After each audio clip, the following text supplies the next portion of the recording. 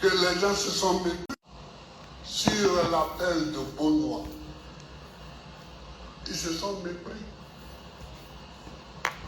Ils n'ont rien compris. Mais souvent, les gens ne comprenaient rien.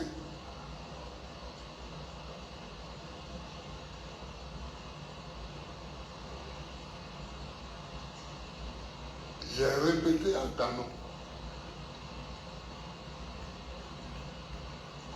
que j'ai rappelé à qui j'ai reparlé. J'ai dit, nous devons réunir tous ceux qui ont quelque chose à déplorer. On a cassé ta maison, nous t'ouvrons les bras. On te paye mal, nous t'ouvrons les bras. La vie est trop chère pour toi, nous t'ouvrons les bras. La viande, le riz, l'huile, la kéké, tout ça est trop cher et tu n'arrives pas à manger, nous t'ouvrons les bras. Et il faut qu'on donne un nom à ce mouvement pour ne plus que les gens se trompent. Trop, c'est trop.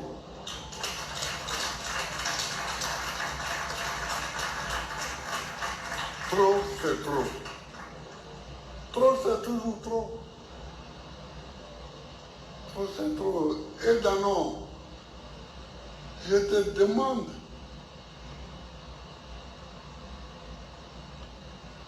dans les semaines à venir de faire en sorte que trop c'est trop apparaisse.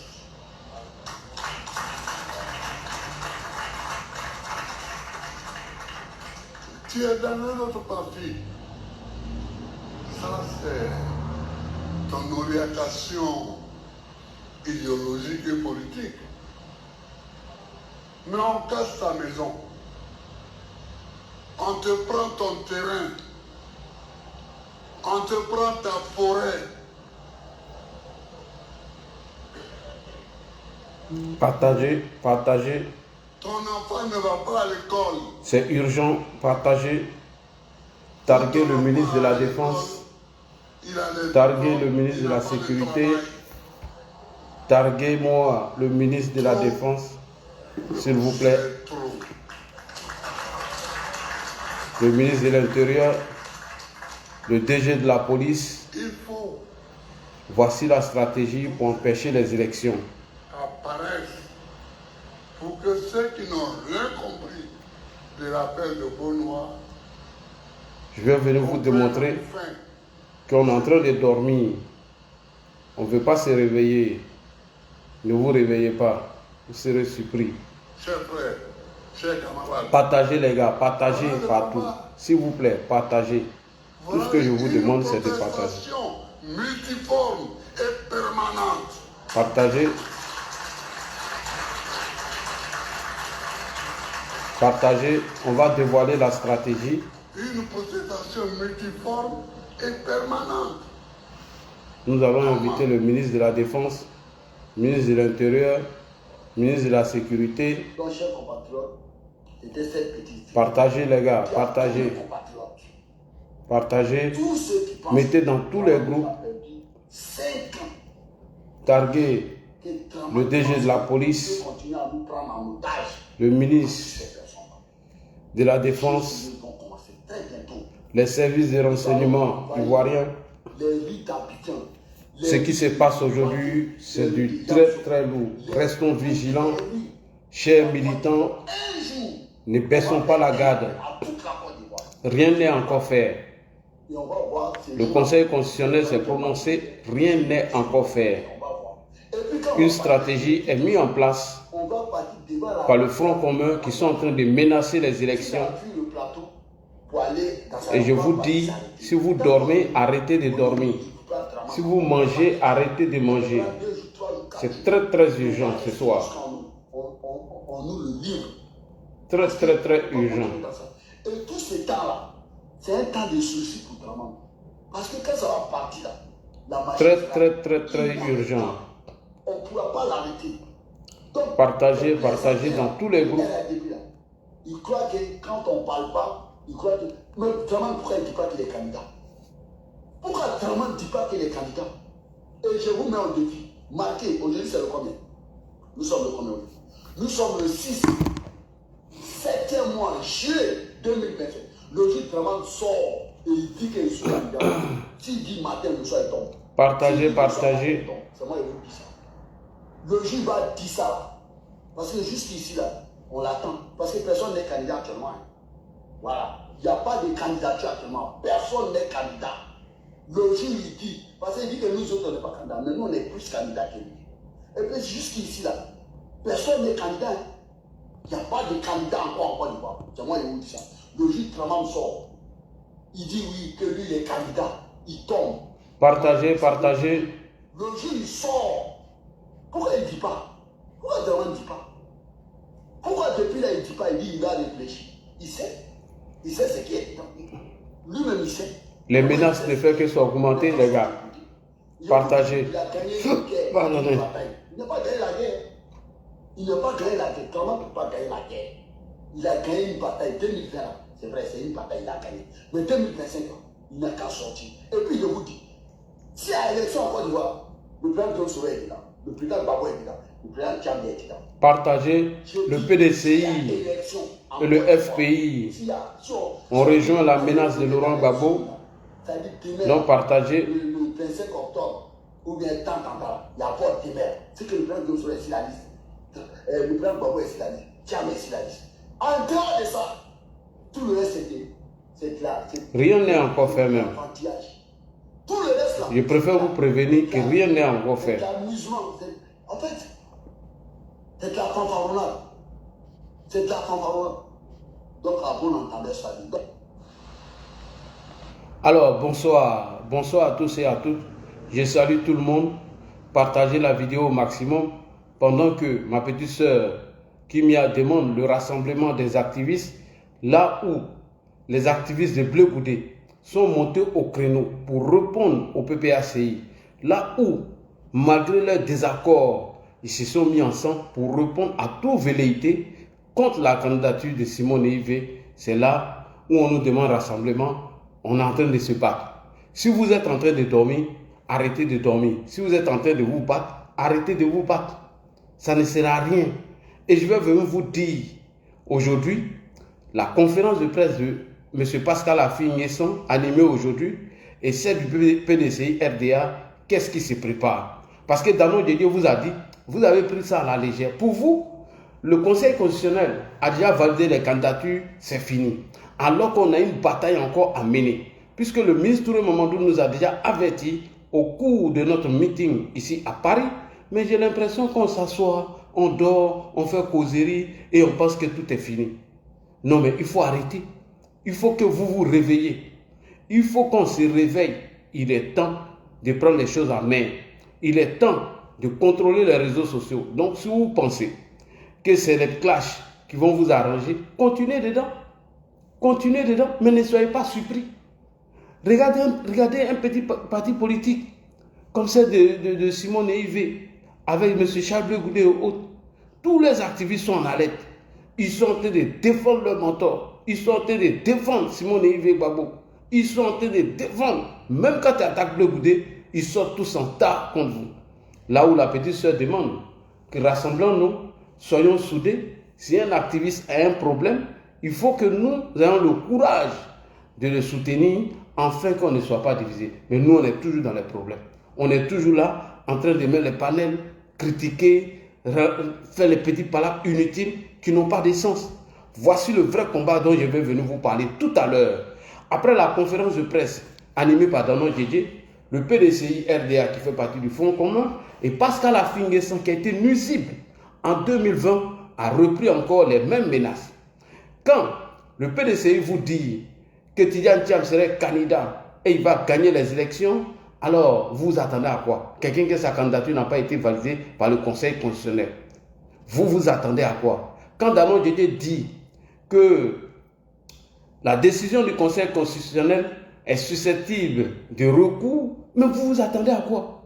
Mais vous allez venir les écouter ici. Parce que là, s'il n'est pas fort, vous n'allez pas vous réveiller. Partagez la vidéo, mettez dans tous les groupes, envoyez partout avant qu'on commence le direct. Alors, avant de commencer le direct, on va écouter ici le ministre de la Jeunesse et de l'Emploi, M. Touré Mamadou, qu'est-ce qu'il nous a dit lors de nos rencontres à Paris, lors de nos meetings à Paris. Je pense que le ministre nous a laissé un message quand il a pris la parole. Quand on va finir de l'écouter, nous allons ensemble analyser le discours de Pascal Affi-N'Guessan, le discours de M. Akossi Benjo et la conférence de presse animée par le PDCI et celle de Danon Djedje. Si vous êtes en train de dormir, arrêtez de dormir. Je vous ai dit que les activistes, s'ils lancent le mot d'ordre, ça n'ira nulle part parce que c'est des escrocs, personne n'a confiance à eux.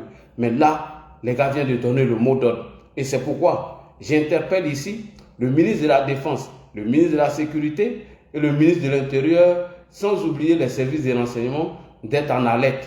Le PPACI et le Fonds commun viennent de lancer le mot d'ordre, ils viennent de lancer les alertes. Comment empêcher les élections? Moi, mon devoir, c'est de vous transmettre le message. Après, chacun fait ce qu'il veut. Moi, mon devoir, c'est de transmettre le message. Mon rôle, c'est ça. Alors, salam alaikum pour tous ceux qui me prennent pour la première fois. Mon nom, c'est Ladi Chérif, activiste bénévole RHDP, aujourd'hui militant RHDP. Alors, on va écouter le ministre Touré Mamadou rapidement et nous allons ensemble analyser le discours de Pascal Affi-N'Guessan. On écoute cette vidéo rapidement. Je n'ai pas à dénoncer et de Paris, je m'adresse à l'ensemble des militants sur le territoire national. Oui. Notre devoir, c'est la protection du pouvoir du président Alassane Ouattara. Jamais on n'acceptera que des gens viennent humilier le président Alassane Ouattara. Partout où vous êtes, dénoncez tous ceux qui ont des velléités de déstabilisation. Oui. Partout où vous êtes, dénoncez tous ceux qui ont des velléités non démocratiques. Les 4 mois qui nous restent, les élections, les a gagnées. Oui. Les 4 mois qui nous restent, c'est de travailler à faire échec à tous ceux qui ont des velléités de déstabilisation. Les 4 mois qui nous restent, c'est de travailler à sécuriser le pouvoir du président Alassane Ouattara. Les 4 mois qui nous restent, c'est de veiller à sécuriser la victoire du président Alassane Ouattara. C'est dans ça. Non, Abou, pardon, ferme ton micro s'il te plaît. Dis-toi, tu n'es pas nouveau ici. Tu es un ancien. Quand tu montes, ferme ton micro. Je n'ai pas besoin de te dire ça. Monsieur Abou, tu es un ancien. Quand tu montes, ferme ton micro. Quand c'est comme ça, ça me déconcentre, s'il te plaît. Alors, après avoir fini d'écouter le ministre Touré Mamadou, monsieur Pascal Affi-N'Guessan vient de lancer le mot d'ordre et vient de lancer la menace. Alors, le vrai mot d'ordre ne viendra pas de Pascal Affi-N'Guessan, mais il vous a donné un avant-goût. Il vient de vous donner un avant-goût. Et tout le monde a vu la posture qu'a pris Pascal Affi-N'Guessan en 2020. Comme vous êtes en train de dormir, je vais vous réveiller. Je vais vous réveiller des propos d'Affi-N'Guessan en 2020. Comme vous ne voulez pas mener le combat et qu'on doit se battre, on doit s'insulter, se dénigrer, se manquer de respect parce que quelqu'un nous a demandé d'être ensemble, de s'entendre, puisque le message de Kimia ne vous plaît pas. Parce qu'elle a dit, rassemblons-nous, soutenons nos coudes. Si quelqu'un a un problème, allons l'aider. Comme vous ne voulez pas de ça, vous voulez faire palabre. Alors, Affi-N'Guessan dit, dormez. Akossi Benjo dit, dormez. Danon Djedje Sébastien et Laurent Gbagbo Aïtia, il dit, dormez. Si vous dormez là, voilà ce qu'il compte faire. Voilà ce que les gars comptent faire. Alors que le ministre Touré Mamadou nous a dit de veiller sur la victoire du président Alassane Ouattara parce que les gens ne veulent pas aller aux élections. Les gens veulent empêcher coûte que les élections. Et vous êtes là en train de faire des querelles inutiles. Alors, allons-y maintenant au sujet. Pascal Affi-N'Guessan, il dit ceci, qu'ils vont se battre pour, bien évidemment, empêcher un 4e mandat du président Alassane Ouattara. Alors, je vois des postes, vraiment, excusez-moi, franchement, j'ai mal au cœur. Des gens font des postes, après 2011, Affi-N'Guessan n'a pas été reçu par Gbagbo, oui, c'est aujourd'hui. Mais ça, vous avez quoi à voir dedans? Qu'est-ce que ça vous apporte? Ils sont en train de vous distraire et puis vous utilisez ça. Mais posez-vous la question, depuis 2011, Laurent Gbagbo n'a pas accepté de recevoir Pascal Affi-N'Guessan et aujourd'hui il accepte de le recevoir. Mais il y a quelque chose derrière. Posez-vous cette question. Est-ce que vous êtes obligé de multiplier des vidéos? Oui, Gbagbo aurait dit ceci. Aujourd'hui, là, ils se sont entendus sur quoi? Parce que c'est Affi-N'Guessan qui était le porte-parole du CNT, si vous avez oublié. Si aujourd'hui, Gbagbo l'a appelé, c'est pour lui confier une mission. Vous avez quoi à foutre qu'il se parle, il ne se parle pas, ça c'est pas vos problèmes. Alors, on va aller maintenant faire lecture de la rencontre. C'est très important. On va faire la lecture de la rencontre. Qu'est-ce qu'il dit ici? Présidentielle 2025. Le président Laurent Gbagbo a initié des rencontres politiques après la décision du Conseil constitutionnel. C'est-à-dire que c'est après la décision du Conseil constitutionnel qui, bien évidemment, a rejeté la candidature de Gbagbo. Qu'est-ce qu'il fait? Il fait maintenant, à Abidjan le 10 septembre, suite à la décision du Conseil constitutionnel rendant publique la liste définitive des candidats à l'élection présidentielle d'octobre 2025, le président Laurent Gbagbo a initié une série de rencontres politiques. Le mercredi 10 septembre, il a reçu successivement à son cabinet les délégations des partis politiques de la démocratie de Côte d'Ivoire, le PDCI-RDA, le Front populaire ivoirien, ça c'est pour Pascal Affi-N'Guessan, et des générations et peuples solidaires. Et des générations et peuples solidaires. Qu'est-ce que je vous ai dit ici? Je ne vous ai pas dit que c'est la désobéissance civile bis qu'ils sont en train de préparer. Je ne vous ai pas dit que c'est Guillaume Soro qui tirait les ficelles. Je ne vous ai pas dit ici que la stratégie de la désobéissance civile de 2020, que c'est ce qu'ils sont en train de mettre en place, et seulement à la tête, il n'y a plus Bédier, c'est Gbagbo qui est là maintenant. Est-ce que moi je ne vous ai pas dit ça? Est-ce que moi je ne vous ai pas dit que c'est Guillaume Soro qui tire tous les ficelles en bas? Est-ce que moi je ne vous ai pas dit que toutes les sorties de Laurent Gbagbo, tout est analysé, scruté ou dicté par Guillaume Soro? Génération et peuple solidaire, entouré de ses proches collaborateurs, Asso Adou, Hubert Oulaye, Kone Katina, Dano Djedje, Damana Diapikas, Aka Emmanuel et Maître Touré Abiba, le président du PPACI a échangé avec ses hôtesses sur la situation politique nationale. Les discussions ont notamment porté sur les analyses, observations suite à la décision du Conseil constitutionnel. Écoutez très bien, les délégations ont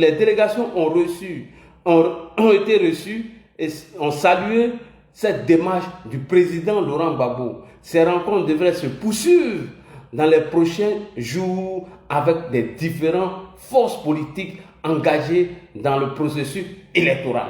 Les gens vous disent ça tous les jours. Ce n'est pas parce qu'on a réussi à contrecarrer leur stratégie que vous allez vous asseoir pour dormir. Oui, les activistes ont lancé le mot d'ordre, ça n'a pas pris. Mais qu'est-ce qui prouve que Thiam ne peut pas lancer le mot d'ordre demain? Qu'est-ce qui le prouve? Même si Pascal Affi-N'Guessan ne va pas lancer le mot d'ordre, mais qu'est-ce qui prouve qu'ils ne vont pas sacrifier un parmi eux? Donc les militants, moi c'est à vous que je m'adresse. Chers militants, mobilisez-vous et soyez prêts. Chers militants, vous qui avez accompagné le président de la République, Alassane Ouattara, à la CEI, et vous qui l'avez demandé de faire acte de candidature, vous devez vous mobiliser pour être prêts. Vous militants, vous qui êtes partis, vous vous êtes rendus au stade Mbempe, plus de 100 et quelques mille personnes, soyez mobilisés et soyez prêts. Soyez prêts. Parce que cette fois-ci, s'ils ont décidé de faire la désobéissance civile, ils vont nous trouver sur les chemins. Et soyez prêts. Vous avez vu quand les Azili ont lancé les mots d'ordre, ça n'a pas pris non. Lorsque nous, on a lancé des messages pour aller accompagner le président de la République à la CEI, vous avez vu Djamana qui est sorti non. Lorsque nous avons lancé les messages pour aller remplir le stade d'Mbempe, vous avez Djamana qui est sorti non. C'est ce Djamana-là qui doit se tenir prêt. S'ils veulent faire la désobéissance civile, ils vont marcher sur nous. Ils vont passer sur nos corps pour faire la désobéissance civile cette année. Cette année-là, ça ne passera pas. Oui, vous allez passer sur nos corps pour faire votre désobéissance civile. Oui, c'est vrai que les forces régaliennes sont là, elles vont faire leur travail, mais nous serons le dernier rempart et le dernier recours du président de la République, son Excellence Alassane Ouattara. Et c'est pas Yaya. Donc, ceux qui sont en train de narguer, Affi-N'Guessan a été reçu par Pascal Affi-N'Guessan a été reçu par Gbagbo, des trucs comme ça. Gbagbo a dit qu'il s'en fout de lui, ils sont incohérents. Mais vous vous attendez à quoi? Le gars est en train de mettre une stratégie en place pour créer le désordre. Vous allez partager des trucs comme ça qui ne nous servent à rien. Ok, on va écouter maintenant le discours de Pascal Affi-N'Guessan. On va écouter le discours d'Akosi Benjo. On va écouter le discours de M. Dano Djedje Sébastien. Et vous allez écouter leurs menaces. Leurs menaces. Donc soyez prêts et soyez mobilisés. Ne baissez pas la garde. Voilà. Ne baissez pas la garde. Dans un combat, c'est un qui se sacrifie pour tout le monde. Ok? On écoute ici Pascal Affi-N'Guessan. C'est parti. On écoute Pascal Affi-N'Guessan. C'est parti. On dit on n'a qu'à se concentrer sur le combat. Le processus électoral doit être repris à zéro. Et je vais vous amener sur son discours de 2020. On écoute. Sur des bases objectives et transparentes. Et naturellement sans Alassane Ouattara qui doit renoncer à y participer. Le processus électoral, on doit les reprendre à zéro. Sans Alassane Ouattara qui ne doit même pas participer. Est-ce que c'est parce qu'ils ont dit en 2020 là? Ce n'est pas les mêmes paroles là. Et ce n'est pas sur la base de ces mêmes paroles qu'ils ont commencé la désobéissance civile. Ce n'est pas sur la base des mêmes paroles qu'ils ont commencé à nous contraindre à des djihadis. Quoi, Affi-N'Guessan a été reçu par Gbagbo? Vous avez quoi à foutre de ça? On s'en fout de ça. C'est la mission qu'on lui a confiée qui est là. Écoutez très bien. La mission qu'on lui a confiée. Écoutez. Le processus électoral doit être repris à zéro sur des bases objectives et transparentes. Et naturellement sans Alassane Ouattara qui doit renoncer à y participer. Cette bataille implique l'unité absolue de l'opposition. Et la bataille qu'il doit mener, il doit s'unir pour commencer cette bataille. Oui. Notre objectif est l'efficacité. Il ne m'appartiendra pas de définir seul les modalités de la lutte contre le quatrième mandat. Nous devons les définir ensemble. Quand je dis non, il s'agit des partis politiques de l'opposition significative qui sont contre le quatrième mandat de Alassane Ouattara. Aller en ordre dispersé n'aurait pas de chance. Seule une stratégie commune permettra d'empêcher le quatrième mandat. J'ai mis en employé avec toute mon énergie. Je vous remercie. Ok, sauf une stratégie commune qui va nous amener à empêcher le quatrième mandat d'Alassane Ouattara. Je vais m'impliquer comme j'ai décidé de le faire et comme je l'ai déjà fait auparavant. Oh d'accord, vous venez d'écouter, non? Les menaces d'Affi-N'Guessan, non? Ok, allons-y en 2020 parce que vous êtes en train de dormir. Pascal Affi-N'Guessan, qu'est-ce que tu as dit en 2020? Écoutez, il faut que je choque nos militants. Celui qui...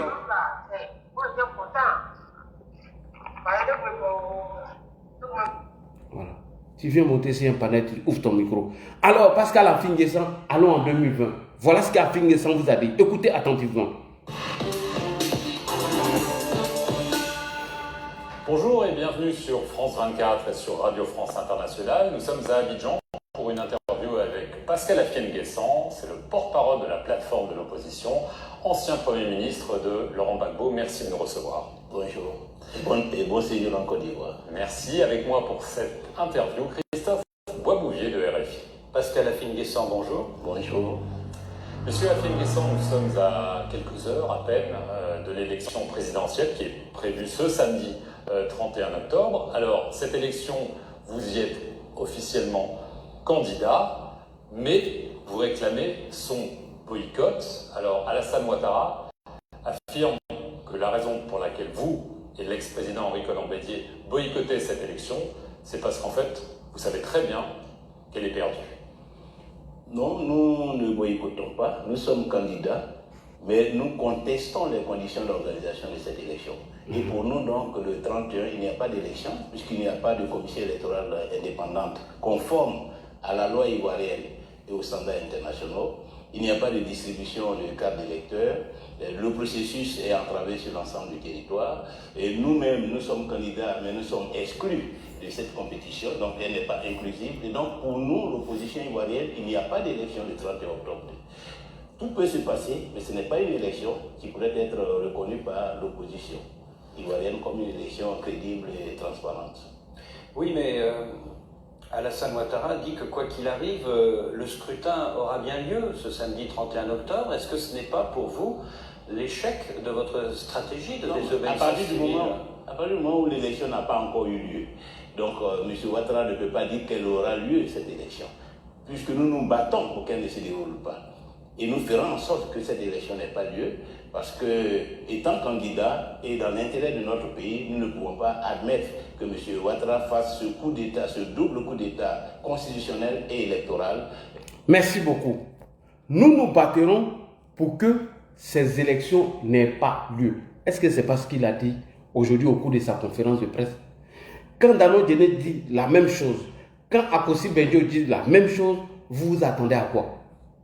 Vous pensez qu'ils vont rester bras croisés? Nous nous battrons pour que ces élections n'aient pas lieu. Et Pascal Affi-N'Guessan dit encore dans sa conférence de presse, je vais m'engager pour que ces élections n'ont pas lieu. Mais ils vont faire quoi de vous à moi? Ils vont instrumentaliser les jeunes, les jeter dans la rue, aller se bagarrer, faire des morts. C'est de ça qu'on est en train de vous parler. Vous pensez que quoi? Et on vous parle de ça, vous êtes là, vous êtes en train de jouer. En 2020, voilà ce qu'il a dit et c'est ce qu'il est venu répéter en 2025. Il dit, eux là, ils vont s'engager, ils vont se battre pour ne pas que les élections aient lieu. Mais pour empêcher une élection, mais ils vont faire quoi? Il faut créer le désordre, il faut créer les conflits. Il faut amener la communauté internationale à s'intéresser à nos problèmes pour que le Conseil constitutionnel revienne sur sa décision. Voilà ce que Pascal Affi-N'Guessan vient de dire aujourd'hui. Et vous êtes là, vous dormez. Vous dormez. Non, mais sincèrement, je suis choqué. On y va. On écoute encore un peu Pascal Affi-N'Guessan. Vas-y, M. Affi-N'Guessan. Auquel il invite la Côte d'Ivoire et la communauté internationale. Et je crois que beaucoup d'organisations internationales ont déjà compris qu'il n'y a pas d'élection. L'ONU, par exemple, a décidé de ne pas envoyer d'observateurs. C'est tout dire. Mais vous parlez de coup d'État constitutionnel. Le Conseil constitutionnel a déclaré valide la candidature de M. Ouattara. Oui, parce qu'elle est aux ordres, parce qu'elle est manipulée par M. Ouattara, tout comme la Commission électorale indépendante, tout comme toutes les institutions nationales qui sont caporalisées par M. Ouattara dans sa logique despotique et dans sa dictature qu'il impose à la Côte d'Ivoire depuis qu'il est à la tête de ce pays. Et donc, il n'est pas éligible. Ses propres partisans l'ont affirmé à plusieurs reprises. C'est de notoriété publique qu'il n'est pas éligible, mais il s'entête en utilisant la violence institutionnelle pour s'imposer. Et ensuite, il se donne une commission électorale indépendante à sa mesure pour aller se proclamer élu. C'est ce que nous contestons, c'est pourquoi nous nous battons. Alors de façon très concrète, on est à quelques heures de ce scrutin, vous dites il ne va pas avoir lieu. Vous avez affirmé que dans au moins 2/3 des bureaux de vote, il n'y aura pas de vote. Et qu'est-ce que vous voulez dire? Qu'est-ce que vous allez faire concrètement? C'est bien beau d'annoncer des mots d'ordre, de dire il n'y aura pas d'élection, mais concrètement, qu'est-ce que vous allez faire? Vous allez bloquer les bureaux? Bien sûr, les bureaux de vote ne seront pas ouverts, puisque nous allons empêcher leur ouverture, comme nous empêchons à l'heure actuelle la distribution du matériel électoral. Mais Alassane Ouattara... Merci beaucoup. Et comme je viens de vous le dire, nous allons empêcher les élections par tous les moyens. Nous avons empêché la distribution des cartes électeurs et les bureaux de vote ne seront pas ouverts. C'est vrai qu'il y a eu des élections, mais comment elle a eu lieu? Il y a eu 80 morts. Il est responsable de ces 80 morts. Et aujourd'hui, il a décidé de se sacrifier pour Laurent Gbagbo. Et il est prêt à aller jusqu'au bout. Donc quand il anime une conférence de presse et il vient vous répéter mot par mot de ce qui est sorti entre sa rencontre et M. Laurent Gbagbo, vous vous attendez à quoi, chers frères et sœurs? Vous vous attendez à quoi? Quand tout va se passer comme ça, même si la sécurité hier, les militants doivent rester mobilisés. Regardez vos déterminations la dernière fois. Quand vous êtes sortis en masse pour accompagner le président de la République à la CEI, mais ils ont tout parlé, ils n'ont rien dit. Ils ont fermé les gueules sur les panels partout. Ah, donc Ouattara se fait accompagner aujourd'hui. Ou Laurent Gbagbo se... Mais ils ont eu peur de notre mobilisation. Ils ont eu peur de notre rassemblement. Ils ont eu peur de notre union. Et c'est cette mobilisation qu'on vous demande. Et on vous demande d'être prêts. S'ils vont marcher sur nos corps. Parce que nous n'allons pas sortir pour sortir. Si eux, ils décident de marcher, nous tous allons marcher. Parce que leur insurrection populaire ou leur rapport de force ne passera pas. Donc soyez mobilisés, restez tranquilles. Chers militants, soyez tous mobilisés, ne baissez pas la garde. Et j'interpelle la communauté nationale et internationale. J'interpelle le ministre de la Défense, le ministre de l'Intérieur et le ministre de la Sécurité. Voici les mots d'ordre, voici les menaces qu'a lancé Pascal Affi N'Guessan. On va passer maintenant au PDCI de Daokro. Écoutez attentivement, eux tous parlent des mêmes combats. Empêcher les élections. Combat, empêcher les élections. Ouattara ne serait pas candidat, Gbagbo serait candidat, Thiam serait candidat et ils vont gagner les élections. Mais de vous à moi. Le Conseil constitutionnel vient de proclamer les résultats de la liste définitive des candidats qui vont participer. Mais quand quelqu'un vient dire que lui serait candidat alors qu'il n'est pas sur la liste électorale, il compte sur quoi? De vous à moi. C'est sur la violence. Il compte sur la violence. C'est pas d'abacher. On écoute la conférence de presse du PDCI. On écoute. Écoutez attentivement. Mesdames et messieurs les journalistes, chers militants, chères militantes, chers compatriotes. Oui. Nous avons ensemble une responsabilité devant notre histoire. Les générations de demain nous jugeront sur notre capacité à combattre pour la liberté et la fraternité. Combattre. Pour conclure, le PDCI RDA et son président, Cheikh Tidiane Thiam, appelle le peuple de Côte d'Ivoire, dans sa richesse, dans toute sa diversité, avec foi, avec courage et avec loyauté, au combat pour l'avènement d'une autre Côte d'Ivoire. Pour combat pour notre avènement de la Côte d'Ivoire que celle qui nous est offerte aujourd'hui. Une Côte d'Ivoire réconciliée, unie et prospère. Je vous remercie. Merci. Et voilà, Thiam appelle ses militants au combat. Et vous êtes là, vous êtes assis. S'ils appellent leurs militants au combat, nous on doit s'apprêter. S'ils appellent leurs militants à aller combattre, nous on doit rester mobilisés, concentrés. Voilà. Mais vous êtes là, vous faites des clashs, alors qu'ils sont en train d'appeler les militants à un affrontement, alors qu'ils sont en train d'appeler les militants à descendre dans les rues, alors qu'ils sont en train d'appeler les militants de façon voilée à semer le désordre. Et mieux, Akossi Benjo allait loin. Il dit que Thiam serait candidat à cette élection. Et ça, ce n'est pas un débat. Mais ça, c'est une menace. Quelqu'un qui n'est même pas sur la liste électorale, il vient te dire que lui, son candidat, il va compétir à cette élection. Mais quand même, les gars, il faut réussir à décortiquer les discours, les non-dits. Écoutez ce qu'il dit, M. Akossi Benjo. Écoutez-le. La Côte d'Ivoire d'aujourd'hui, il ne peut pas avoir une élection sans le PDCI. Il ne peut pas avoir une élection sans le PDCI. Mais en 2000, il y a eu une élection présidentielle sans le PDCI. En 2020, vous n'avez décidé de boycotter. Pourquoi tu viens de le dire en 2025? Tu comptes sur quoi? On y va. Ce n'est même pas la peine de croire que ça va se passer. Le PDCI appelle à ce que nous ayons des élections, nous irons et avec Tidiane Thiam. C'est point la position de notre parti. Il dit qu'ils vont aller aux élections, ils ne boycotteront pas, mais ils iront avec Tidiane Thiam. Mais de vous à moi, ils vont aller comment? Mais c'est après avoir fini de foutre le bordel, le chaos, qu'ils vont aller à cette élection. C'est ce qu'il est en train de vous dire. Puisque Thiam, sa candidature n'a pas été retenue. Il veut foutre maintenant le désordre et maintenant réorganiser une autre élection et ils vont participer. C'est ce qu'il est en train de vous dire. Allez-y, vas-y, M. Akossi Benjo. Les élections, nous irons et avec Tidiane Thiam. C'est point la position de notre parti. Il n'y aura pas de boycott. Ce sera trop facile. Ce sera trop facile.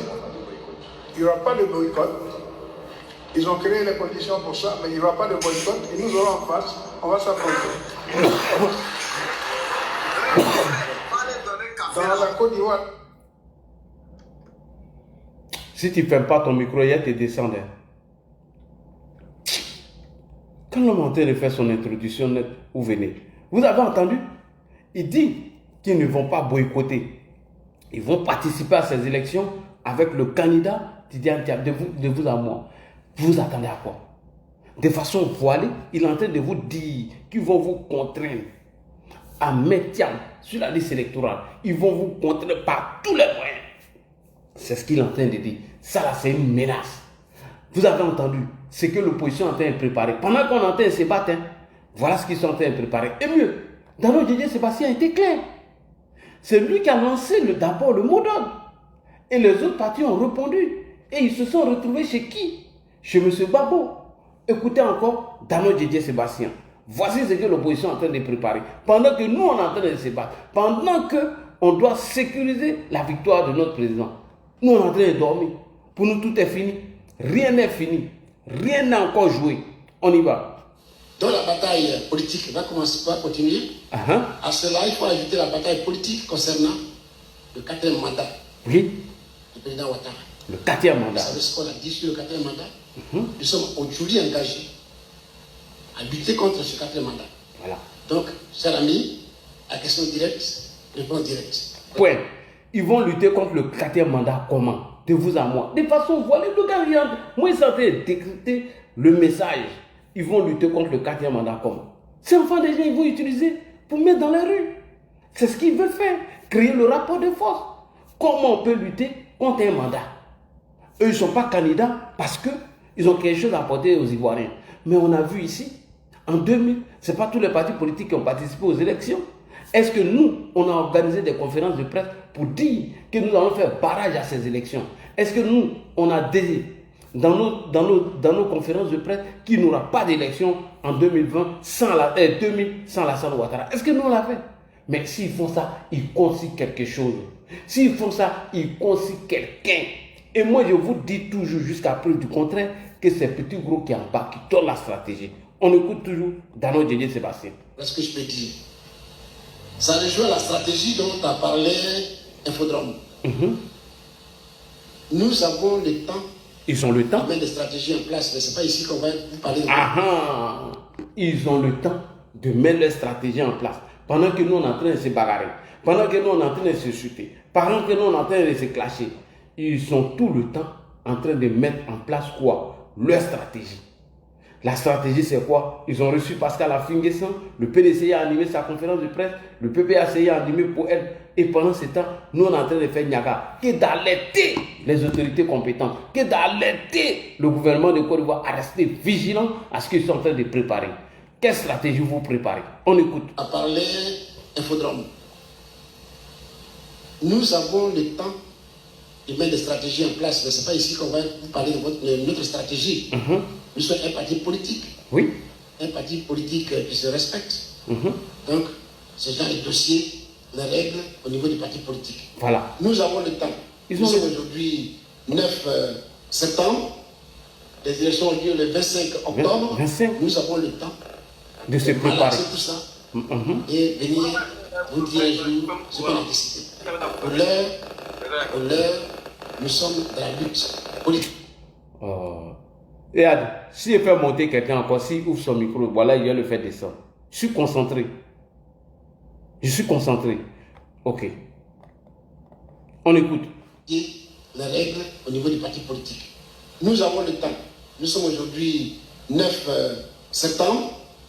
Les élections ont lieu le 25 octobre. Nous avons le temps de malaxer tout ça et venir vous dire un jour ce qu'on a décidé. Pour l'heure, nous sommes dans la lutte politique pour disons, le refus du 4e mandat et pour la candidature du président Laurent Gbagbo. Je vous remercie. Pour l'heure, nous sommes en lutte pour le refus du 4e mandat et accepter la candidature de Laurent Gbagbo. De vous à moi, ils vont passer par où pour faire quoi? Si ce n'est pas le chaos, c'est ce que nous on est en train de vous dire. C'est ce que nous on est en train de décortiquer. Tirer l'attention des autorités compétentes que voilà ce qu'ils sont en train de préparer. Parce que je ne peux pas comprendre. Tiens, qui n'est pas sur la liste électorale, Laurent Gbagbo, que sa candidature a été invalidée, et il le dit avec assurance, nous ne boycotterons pas ces élections, nous irons à ces élections avec ces candidats. Nous allons faire barrage en empêchant le 4e mandat. De vous à moi, c'est par quoi ils vont passer, de vous à moi. Et quand il parle avec assurance. Mais il compte sur quoi? Si les œuvres là, les enfants à qui ils ont donné les bérets, les enfants à qui ils ont donné le béret, ils comptent sur qui? Guillaume Soro, ils comptent sur qui? Les petits groupes de personnes. Et pendant ce temps, on est en train de dormir, on se dit tout est déjà joué. Non, nous devons être concentrés, on doit rester mobilisés. Vous avez vu notre détermination, où nous sommes sortis en masse pour aller accompagner Alassane Ouattara. Vous les avez vus parler. Est-ce que vous les avez vus parler? Lorsque le président Ouattara est sorti dans le dos, il a annoncé sa candidature. Toute la Côte d'Ivoire était en ébullition, où tout le monde est sorti partout dans toutes les communes. Quand ils ont vu ça là, est-ce que vous les avez vus parler? Est-ce que là, on vous a donné de l'argent pour sortir pour dire merci au président Ouattara? Est-ce qu'on vous a donné de l'argent pour aller l'accompagner à la CEI?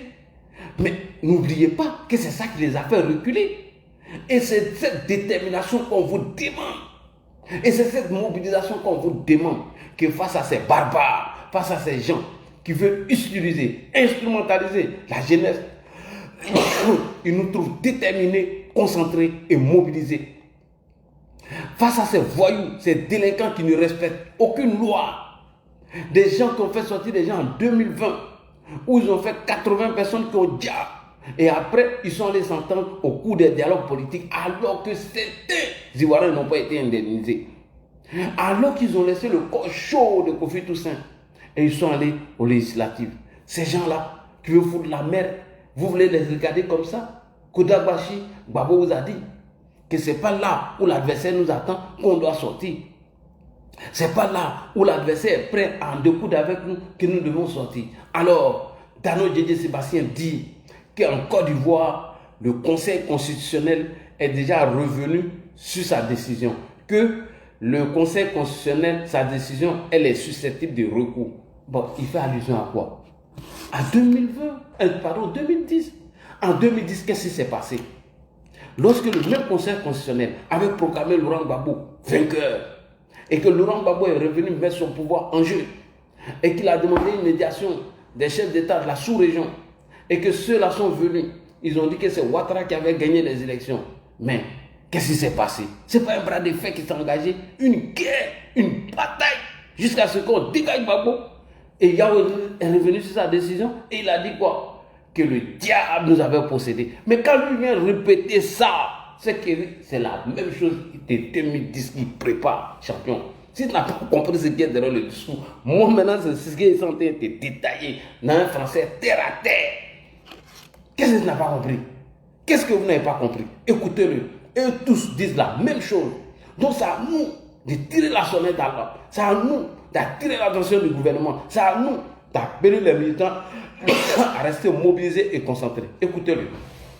On l'écoute. Deuxièmement, nous avons une bataille à mener contre le 4e mandat de M. Ouattara. Ça a été dit et c'est clair. Là aussi, nous allons continuer la même lutte politique. Vous l'avez dit, nous menons la lutte politique pacifique selon les règles, selon la Constitution, selon les moyens que la Constitution nous donne. Parce qu'on a tous pu aller en besogne quand ces choses vont les noyer. Nous mènerons cette lutte selon les moyens que la Constitution de la Côte d'Ivoire met à notre disposition. Excusez-moi. On va la mener calmement jusqu'au bout. C'est pour cela que, en guise d'appel, nous avons lancé aux camarades militants du PPACI, aux camarades militants du PDC, déjà nous sommes dans un front commun, aux sympathisants, aux démocrates de Côte d'Ivoire, c'est de tout faire pour que nos droits soient respectés. C'est de tout faire pour faire barrage au 4e mandat. Parce que si on utilise, si on ne fait rien et que le 4e mandat prospère, c'est notre pays qui est confronté à des problèmes futurs. On ne le dit pas pour Laurent Gbagbo seulement, on le dit pour la Côte d'Ivoire. Quelle Côte d'Ivoire? On le dit pour la Côte d'Ivoire. C'est-à-dire si on se joue à ce jeu-là et que tout cela prospère, c'est le pays que nous voulons construire là, que nous sommes nous-mêmes en train de détruire. C'est pour ça que nous nous battrons pour que la Constitution ivoirienne soit respectée. Je vais répondre à quelqu'un qui a dit que la décision de la Constitution est des recours, non. Et en dernier recours. En dernier recours. Dernier recours, décision dernier recours. Nous sommes en Côte d'Ivoire. Ici, les constitutions sont susceptibles de recours. Ici, en Côte d'Ivoire, les décisions du Conseil constitutionnel sont susceptibles de recours. Vous êtes jeune, donc vous n'avez pas encore peut-être appris ça, mais on ne l'a pas entendu, mais on sait qu'on est ici. C'est le seul pays où la Constitution, le Conseil constitutionnel décide et la loi dit non, il faut dire autre chose. Ça s'est passé ici. Donc, entre nous. Alors, comment le Conseil constitutionnel est revenu sur sa décision. Mais c'est suite à une bataille. C'est suite à la contestation de M. Laurent Gbagbo. D'accepter sa décision, il y a eu quoi? Il y a eu guerre. Et c'est ce qu'il est en train de vous dire. Est-ce qu'on a besoin d'avoir Bac plus 15 pour comprendre leur message? Est-ce qu'on a besoin d'avoir Bac plus 10 pour comprendre leur discours? De Pascal Affi-N'Guessan à Akossi Benjo, à Dano Djedje Sébastien et le Front commun. Est-ce que moi, j'ai besoin d'avoir Bac plus 15? C'est ce qu'ils sont en train de préparer, ils sont en train de vous dire. Donc, c'est à ce moment, nous, on doit rester mobilisés et concentrés. Et que ceux-là, ils vont nous trouver sur les chemins. Ouais, il faut qu'on soit concentrés, les gars. Les gars, le ministre nous a dit, en réalité, ils veulent empêcher les élections par tous les moyens. Et je vous ai montré les discours de Pascal Affi-N'Guessan en 2020. Qu'est-ce qu'il a dit? Nous allons empêcher ces élections d'avoir lieu, qu'il n'y aura pas d'élections. Mais le résultat, il y a eu combien de morts? 80 morts. Il veut créer des morts. À travers les morts qu'il veut créer, à travers le bras de fer qu'il veut créer, ils vont maintenant inviter la communauté internationale à s'immiscer dans nos problèmes et enfin qu'on mette une transition en place et on ne puisse pas organiser les élections et on va rester dans ce brouillard. C'est ce qu'ils veulent faire. Moi, je vous le dis terre à terre. Et lui qui a voulu peut-être lancer le mot d'ordre, c'est Tidiane Thiam. Parce que tous ces bâtards-là, excusez-moi du terme, il n'y a pas un qui peut lancer le mot d'ordre. Mais ils vont vouloir lancer le mot d'ordre de l'autre côté. Donc avant de lancer le mot d'ordre, il va falloir galvaniser les militants, les assurer, les mettre en confiance. Alors, appelez-moi Dano Djedje Sébastien. Dano Djedje Sébastien, je vais te montrer quelque chose. Ici, c'est la loi que Laurent Gbagbo a votée en 2005. Pascal Affi-N'Guessan, c'est la loi que Laurent Gbagbo a votée en 2005. Ok, on va regarder cette loi et on va leur rappeler. Et nous allons lancer le message à tous ces gringalés-là qui vont les écouter. On y va. On regarde. C'est parti. Ouais, YouTube, j'espère que vous voyez bien maintenant.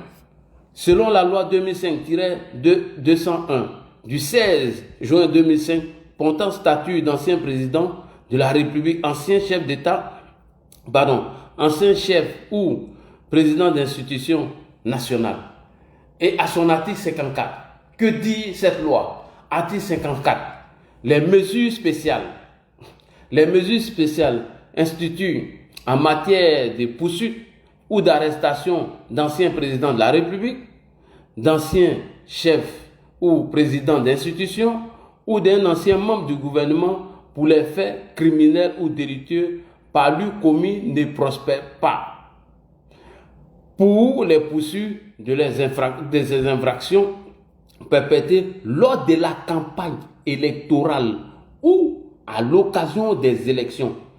Ça veut dire quoi? Si vous foutez la merde, selon la loi que vous-même vous avez votée en 2005, toutes ces immunités-là, on ne va pas les respecter. Et les poursuites des infractions sont régies par les dispositions du code électoral et du code pénal et du code de procédure pénale. Dano Djedje, Affi-N'Guessan, Akossi Benjo, vous, si vous vous amusez à mettre les enfants dans les rues, cette loi-là serait appliquée à vous. Parce que c'est Laurent Gbagbo qui a voté cette loi en 2005. Le 16 juin 2005. Et elle est là. Voilà ça ici. Pendant la campagne électorale ou à l'occasion des élections, toute personne qui fout le désordre devient un citoyen lambda. Et la personne peut être jugée par un tribunal ordinaire. Et c'est cette loi que Laurent Gbagbo n'a pas respectée, qu'il a été jugé comme un citoyen ordinaire. Alors, Monsieur le Président, venez nous expliquer pourquoi Gbagbo a été jugé comme un citoyen ordinaire. Parce que Gbagbo est tombé sur le coup de cette loi de l'article 54. Pendant la campagne présidentielle, il a foutu le désordre. On écoute le président Ouattara. C'est parti, rapidement. Néanmoins, Monsieur le Président, Laurent Gbagbo n'est pas un citoyen tout à fait comme les autres, puisque c'était l'ancien président, il l'est juridiquement, absolument. Non, il n'est pas, non. Depuis le 4 décembre, Laurent Gbagbo n'était plus président. Il a usurpé donc cette fonction, il a confisqué le pouvoir, il a commis des crimes pendant cette période, et la loi dit que tout manquement à la loi par rapport à la période électorale la même pour tous les citoyens. Donc pendant cette période, Laurent Gbagbo a commis des crimes, c'est un citoyen ordinaire au regard de la loi et il sera jugé en fonction de la loi. Merci beaucoup. Donc, quand on vient vous dire que Laurent Gbagbo devait être jugé par une cour spéciale, Laurent Gbagbo, son procès n'a pas été respecté, c'est lui-même qui est tombé sur le coup de cette loi, l'article 54, dont le président a bien fait pour expliquer. Alors, je vais m'adresser aux désœuvrés, aux sacrifices. Ceux qui ont décidé de se sacrifier pour Laurent Gbagbo. Ceux qui ont décidé de vendre ou de mettre en parenthèse leur avenir. J'ai un message pour vous. J'ai un message pour vous. Bien vrai que j'ai appelé nos militants à la mobilisation. Bien vrai que j'ai appelé tout le monde. Rappelez-vous, chers jeunes, vous qui êtes aveuglés aujourd'hui, vous qui suivez Gbagbo. En 2004, novembre 2004, Laurent Gbagbo, par le bien de Charles Blé Goudé, a appelé des jeunes dans la rue, afin d'aller faire barrage contre l'armée française. Et ces jeunes, certains ont perdu leurs membres, certains ont perdu la vie. Mais M. Laurent Gbagbo ne s'est jamais souvenu de ces enfants-là. N'oubliez pas. Et Laurent Gbagbo, en 2010, nous a dit, tous ceux qui vont vouloir foutre le bordel pendant les élections seront matés. Je vais vous montrer un peu les victimes de Laurent Gbagbo. Voilà. Vous êtes des sacrifiés, non? Vous êtes des sacrifices pour Gbagbo? Allez-y. Moi, je n'ai pas donné conseil à quelqu'un. C'est conséquences qui donnent conseil. Allez-y, demandez à Ziki. On écoute l'une des victimes de Laurent Gbagbo. Je suis à l'état civil, M. Zézé Zagadou. Voilà. Victime des événements de novembre 2004, le 9 novembre, à l'hôtel Ivoire. Ouais. J'ai été blessé en novembre 2004. On a été soigné et on a eu à faire nos certificats médicaux. Et par la suite, nous avions été auditionnés par le juge d'instruction Cissé Lousseni. Après l'audition, nous avions été invités à HMAC délivrer nos certificats de guérison et d'expertise. Quand on a fini cela, les dossiers ont été remis dans les mains du professeur Onien. Le professeur Onien qui est actuellement le camarade de lutte du président Laurent Gbagbo. Et le professeur Georges Amon Onien, quand nous sommes allés le voir, pour lui dire nos dossiers, qu'en est-il, il nous a répondu comme ça pour dire ces dossiers-là se trouvent dans lui ses mains. La seule personne en Côte d'Ivoire ici qui peut lui dire envoie-moi ces dossiers pour faire telle chose, c'est le président Laurent Gbagbo. Tant que ce n'est pas lui, je ne peux donner ça à personne. Et c'est la première et la dernière fois que je vous parle de ça. Il nous a quittés. Et puis il est parti. Et c'est après ça qu'il y a eu la crise. Et puis il est sorti de la Côte d'Ivoire. Et à son retour, je l'ai appelé de mon propre téléphone. On lui a soumis nos problèmes. On avait nos ordonnances, nos soins, nos choses médicaux sur nous. Il a dit, vraiment nous là, il faut que nous on sache qui on doit aller voir. J'ai dit d'accord monsieur, qui on doit voir? Il dit, allez-y voir le président Laurent Gbagbo. C'est lui qui était au pouvoir lorsqu'ils ont tiré sur vous. C'est ce que ce monsieur là, ce chef câble là, c'est ce qu'il nous a dit. J'ai même fait un rapport, mais c'est quand on est quitté là, on allait rendre compte à la base et on a fait des demandes d'audience. Depuis le président Laurent Gbagbo est arrivé là, nous on s'est manifesté pour aller dans son QG, aller le soutenir là-bas. Jusqu'à aujourd'hui, on fait des demandes d'audience sur eux, il ne nous a jamais reçus. Il n'a jamais parlé de nous quelque part, ça nous fait mal. Ça c'est lui. Maintenant le général Blé Goudé, j'ai une vidéo dans mon téléphone. On a un camarade qui l'a trouvé depuis à La Haye. On lui a remis nos documents. Il était encore à La Haye. Il a dit, si lui il vient en Côte d'Ivoire, on a la vidéo sur nous. S'il vient en Côte d'Ivoire, parce qu'on lui a dit, mais tu fais toutes ces vidéos en Europe là-bas là. On t'a jamais entendu parler des victimes de novembre 2004, alors que c'est toi qui nous as appelés dans la rue. Et puis tu n'as rien parlé de ça. Même dans les documents, les écrits l'ont mis dedans. Donc il a répondu pour dire, vraiment il ne nous a pas oublié. Mais quand il va arriver au pays là, on va se calmer, organisons-nous bien. Quand il va arriver au pays, il va nous faire signe, il va nous contacter. Le général Blé est arrivé au pays. On ne sait même pas où se trouve son cabinet, où se trouve son truc. Toutes les choses qu'on voit, c'est sur les réseaux sociaux. Et il est parti en France, il a reçu les deux camarades là-bas. Il dit à ce camarade-là que quand eux ils vont revenir là, nous, nos choses vont marcher comme des roulettes. Donc nous, on a qu'à attendre quand eux vont revenir là. Mais Blé, toi, tu me connais bien. Moi, mon genou là, ça y est là, tu me connais bien. Mais pourquoi est-ce que tu nous fais ça? Tu es un jeune frère, moi tu n'es pas mon grand frère. Les autres là, tu es les grands frères, moi tu n'es pas mon grand frère.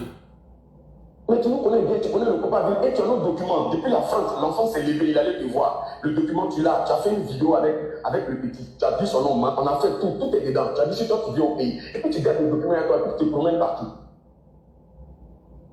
Nous, on n'est pas content de toi. Hein? Et puis tout le monde nous a oubliés. Et on s'en va voir partout, on dit on n'est pas dans base de données. Ok. Première victime de M. Laurent Gbagbo, manipulé, induit en erreur.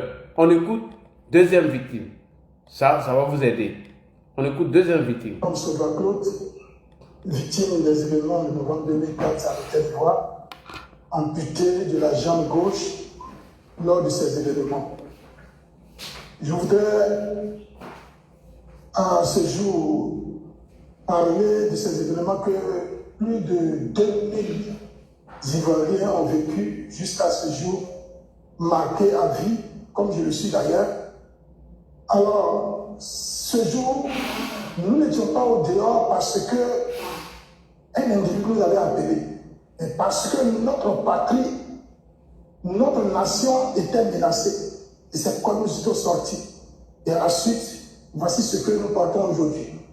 Mais de 2004 jusqu'à aujourd'hui, en 2023, plusieurs de nos camarades ont été laissés pour compte. Pas de soins, pas de suivi. Beaucoup sont morts et d'autres même en souffrent actuellement. L'État d'ailleurs, pour ne pas dire le président Laurent Gbagbo et son jeune ministre Blé Goudé, qui avait lancé le mot d'ordre en son temps pour que nous nous retrouvions à la rue, aujourd'hui, rentrer au pays après leur acquittement, ne savent même pas, même si les victimes de novembre 2004 existent. C'est pitoyable. Je le dis parce que mes camarades, beaucoup, d'autres portent encore des balles dans le corps et qui souffrent, qui ne savent même pas même comment se faire soigner. Parce que lorsque l'État actuel avait décidé de prendre les victimes en charge, les victimes de 90 jusqu'à 2011, ces victimes-là n'ont pas pu être insérées. Et ils sont là, ils souffrent. Ils souffrent. Aujourd'hui, nous sommes entrés en novembre. Et le 6, 7, 8, 9 novembre sont les dates commémoratives de ces événements. Mais nos parents n'en parlent pas. Je n'appuie pas dans ces temps-ci que le 25 et 26 novembre prochain, Blé Goudé va fêter ses 1 an de retour au pays. Sans même parler que oui, il y a eu des victimes qui ont été marquées aussi en cette même date de novembre. C'est pas bon. Ce n'est pas du tout bon. Et nous n'acceptons pas cela. Même s'il faut que oui, nous les victimes, nous partons boycotter ce jour, nous allons boycotter. Parce que ça ne nous plaît pas. Ça ne nous plaît pas du tout. Nous avons mené les démarches lorsque le président Laurent Gbagbo est revenu de la haie. Nous avons mené les démarches pour qu'il puisse rencontrer les victimes que nous sommes. On est allé. Le ministre Hubert Oulaye nous a reçus en nous promettant que oui, il allait tout faire pour que le président Laurent Gbagbo nous reçoive. Ça n'a jamais été. À la suite de ça, moi-même, je suis allé déposer le courrier à son domicile. On m'a renvoyé au QG, où se trouve la maison de Aboudraman Sagari. J'ai déposé le courrier là-bas. Ça n'a pas eu de suite jusqu'au jour d'aujourd'hui. Voyez-moi, je tiens les béquilles. Je ne suis pas né avec des béquilles. Je suis né avec mes 2 jambes. Jusqu'à l'âge de 29 ans, puis j'ai reçu cette balle. Et je tiens à cela. Je me nomme. Merci beaucoup. Alors que Laurent Gbagbo était au pouvoir de 2004 jusqu'à son départ du pouvoir, il n'a jamais pris soin de cela. Alors, si Laurent Gbagbo, Considano Didier Sébastien, Akossi Bendo, Pascal Afinguessan vous appellent dans la rue, voici comment ils vont vous oublier demain. Gbagbo était au pouvoir et puis ils ont eu ces accidents-là. Ils sont venus sauver son pouvoir. Mais ils sont devenus quoi aujourd'hui? Vous les égarez, sur qui ils comptent pour lancer les discours guerriers, pour menacer l'État de Côte d'Ivoire, vous sur qui ils comptent? Alors moi je vous dis, réfléchissez bien avant de sortir. Parce que c'est sur vous ils comptent. Hein? Sinon, sans vous les petits égarés, et puis vous n'êtes pas nombreux, sans vous, Akossi Benjo, Laurent Gbagbo, il ne peut pas venir lancer ces mots d'ordre-là. C'est vous qui voulez instrumentaliser, utiliser encore en 2025 et demain vous jeter dans la poubelle de l'histoire. Alors que lui-même, Gbagbo, en 2010, voilà ce qu'il disait pour tous ceux qui veulent empêcher les élections. Écoutez ce que Gbagbo disait en 2010. Si il y a certains individus qui rasent les murs et qui veulent nous empêcher d'aller à la paix. J'ai demandé aux forces armées, au FDS, c'est-à-dire Fancy, gendarmerie et police, de marquer tous ceux qui veulent créer des troubles. Je leur ai demandé de marquer avec la plus grande sévérité tous ceux qui veulent empêcher les élections d'avoir lieu. On est fatigué. On est fatigué. On est fatigué. Parce que ces individus ont un calcul simple. Si nous allons aux élections, on ne va pas gagner. Donc, n'allons pas aux élections et puis nous allons dire que c'est Gbagbo qui ne veut pas des élections. Nous allons les débusquer, les arrêter, les juger et les condamner. Nous allons les condamner. Ok, voilà comment Laurent Gbagbo a donné un mot d'ordre en 2010 de mater tous ceux qui vont foutre le bordel. Donc, chers jeunes, réfléchissez-en. Vous êtes prêts à vous sacrifier pour Gbagbo? Voici la question. Salam, que la paix de Dieu soit avec vous. Abou, ouvre ton micro, on y va rapidement. Bonsoir. Qui est prêt à intervenir? Ouais, vas-y. Bonsoir Ladi, Bonsoir à tout le monde. Bonsoir. Vraiment, on a écouté ton intro. C'est tellement édifiant qu'on n'a rien à ajouter là-dessus. Parce que aujourd'hui, le combat il est devenu plus difficile et plus rude. Et seule la vigilance des uns et des autres peut sauver le pays. Parce qu'en réalité, comme tu l'as si bien dit, l'objectif fondamental de l'opposition, c'est de se créer une résistance dans le pays. C'est-à-dire qu'un CNT bis. Et Afin N'Guessan, il s'est toujours comporté comme le sacrifié de cette opposition. Parce que nous avons vu en 2010, c'est Afin N'Guessan qui organisait les meetings à la place Figayo. C'est lui qui rassemblait le monde. C'est lui qui était devant, qui criait haut et fort. Alassane Ouattara ne sera jamais président de la Côte d'Ivoire. Il va passer par où? Pour devenir président, il faut qu'il va passer sur nous. Et si vous voyez que jusqu'à il ne va pas au palais présidentiel, c'est parce que vous êtes là en s'adressant au public. Et aujourd'hui, on est passé de là, nous sommes arrivés en 2020. En 2020, avec Bédier, ils sont allés, ils ont créé le CNT. Et c'est Afin N'Guessan qui était au front. Il était sur les plateaux de télé. Il est allé même jusqu'à traiter le président Alassane Ouattara de Hitler. Nous nous rappelons de tous ces propos qu'il a tenus. Et le journaliste est allé jusqu'à lui dire que non, mais est-ce que le mot n'est pas fort? Afin N'Guessan dit que non, le mot n'est pas fort. Et ils ont créé le CNT. Ils ont commencé à couper les voix.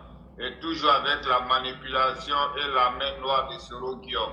Vous vous rappelez les éléments de Soro Guillaume qui avaient les tronçonnés sur la route de Tabou, qui abattaient les voies sur la route. Et certains ont même été arrêtés, ils sont allés même faire les vidéos. On a même un jeune frère de Sri-Lanka qui était dans le coin, tu te rappelles de son nom très bien. Traoré Metongo. Metongo qui coupait les voies pour abattre devant les rives.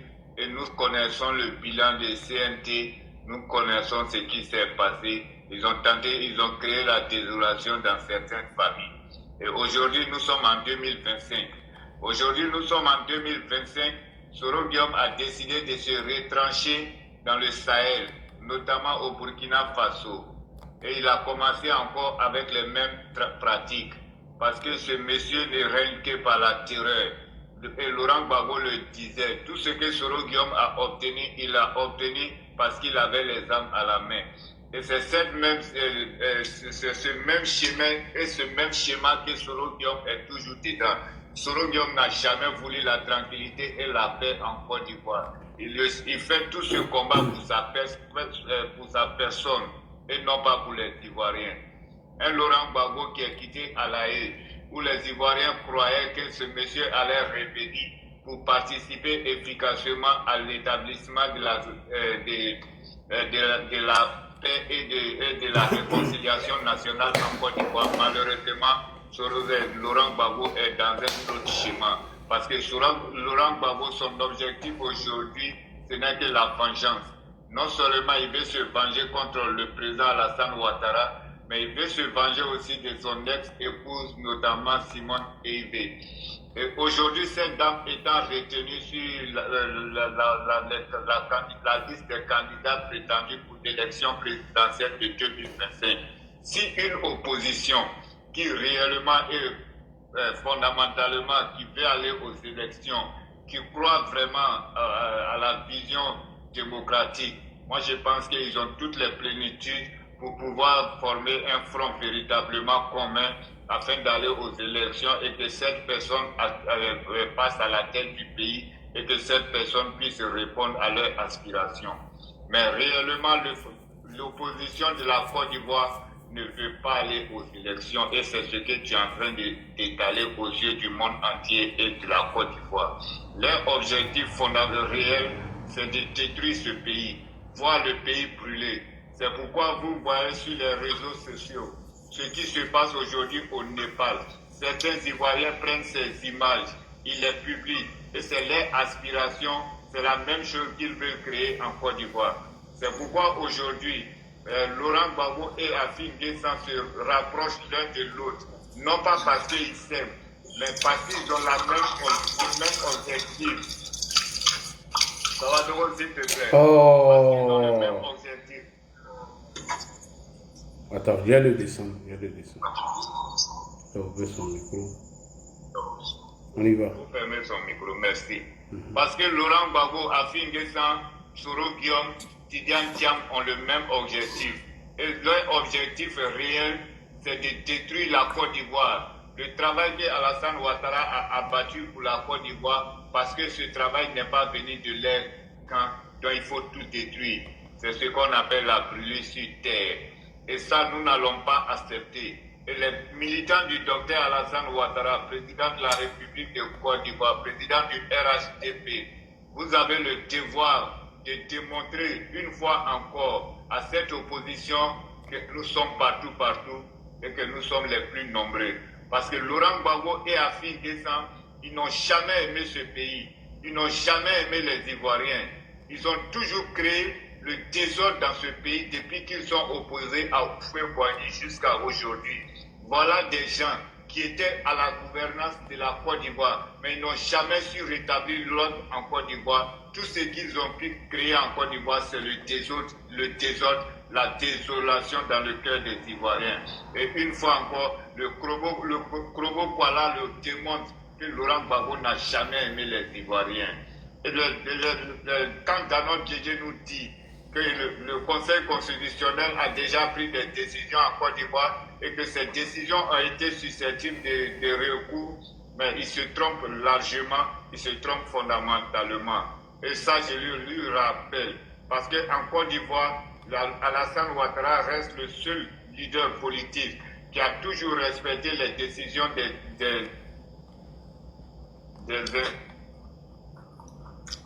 en 1995, lorsque sa candidature avait été refusée, M. est resté à l'écart, il n'a pas participé à ces élections. En 2000, avec toutes les injures possibles, écarté Alassane Ouattara des élections présidentielles de 2000, et Alassane Ouattara est resté en retranchement.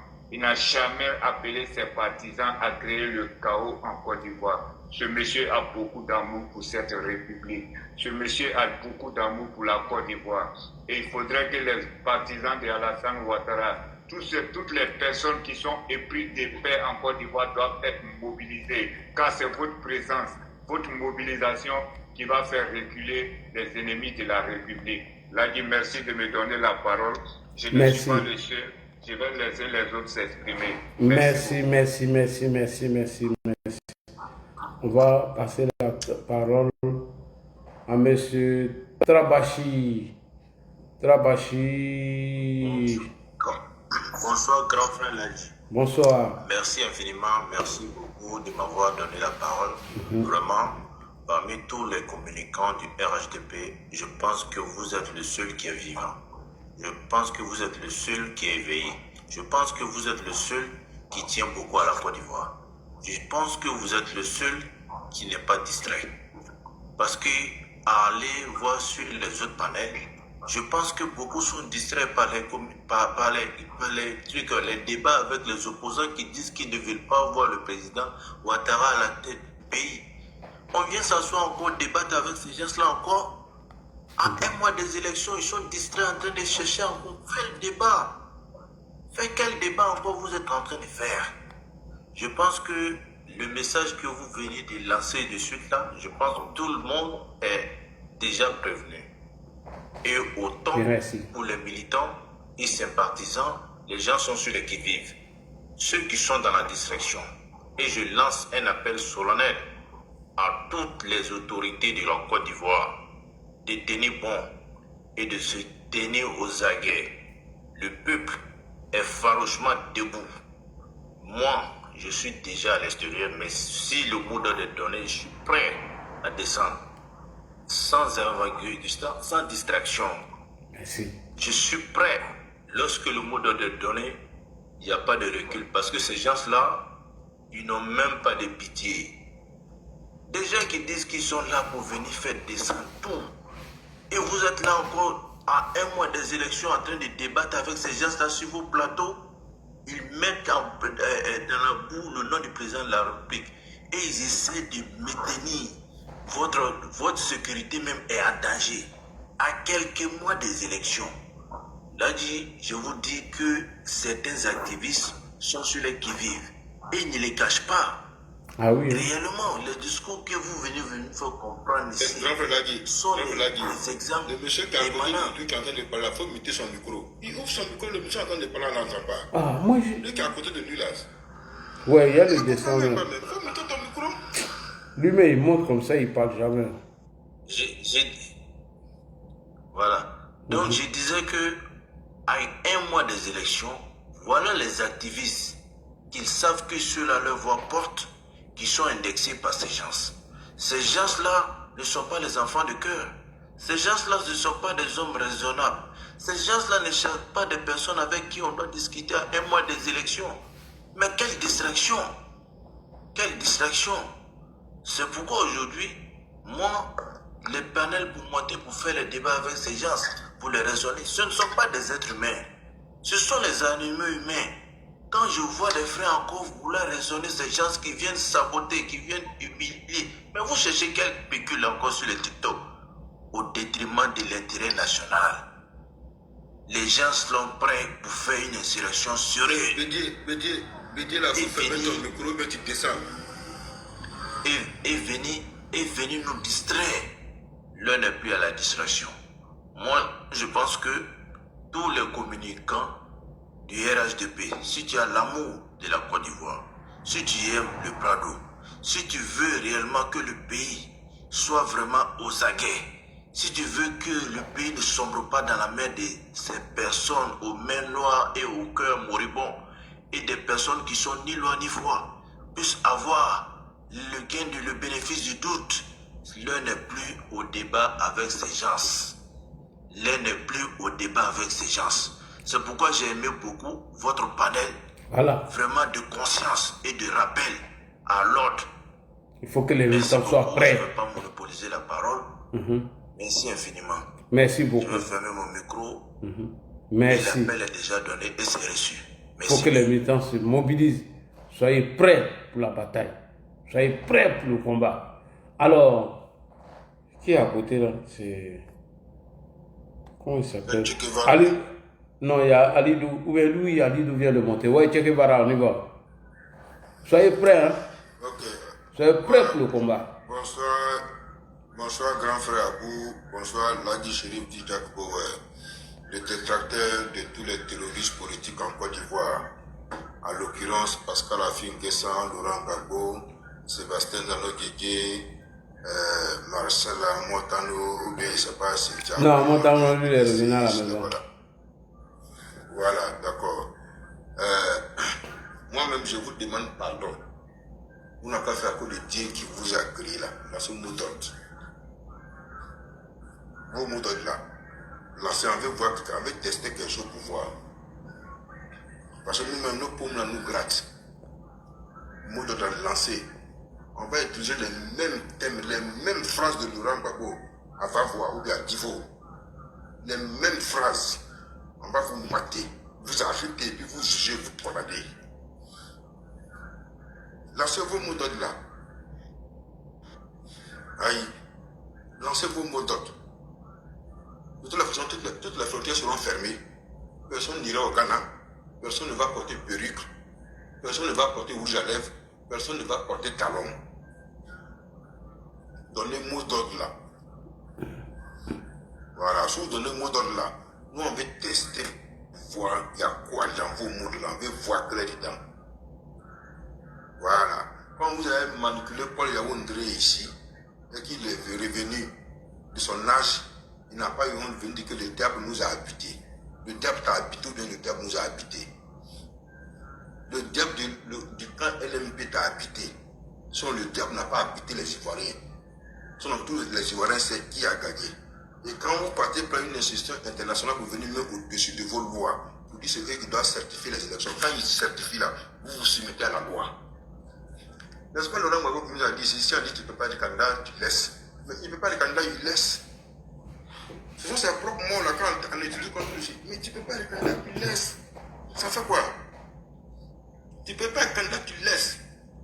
Voilà, on peut t'aider à trouver tout le juge que tu veux, mais en tout cas, le président Ouattara ne va pas se muscler dans une affaire juridique. Maintenant, si tu ne peux pas être candidat, tu laisses. C'est-à-dire, vous là, quand on est avec vous hier, on est ivoirien. Mais quand on n'est pas avec vous hier, on n'est pas ivoirien. Parce que vous comptez trop aussi sur le Guillaume. Mais alors que si Bouko est parti à Londres ou bien où allait faire meeting là-bas, là, allait faire une conférence de presse, il a dit à un soroïste qui est venu au meeting là. En Italie. C'est bien, tu es venu au. Hein? C'est en Italie. En Italie, voilà. Voilà. Il a dit, bon, c'est bien, tu es venu à la conférence de presse, c'est bien. On a besoin de vous pour faire le combat. Mais après, quand on va gagner le pouvoir sur les comptes en vous pensez qu'ils sont avec vous? Vous pensez qu'ils sont avec vous? Ah bon? Donc, c'est vous là. Tandis que le titre foncier de la Côte d'Ivoire là, on vous a donné.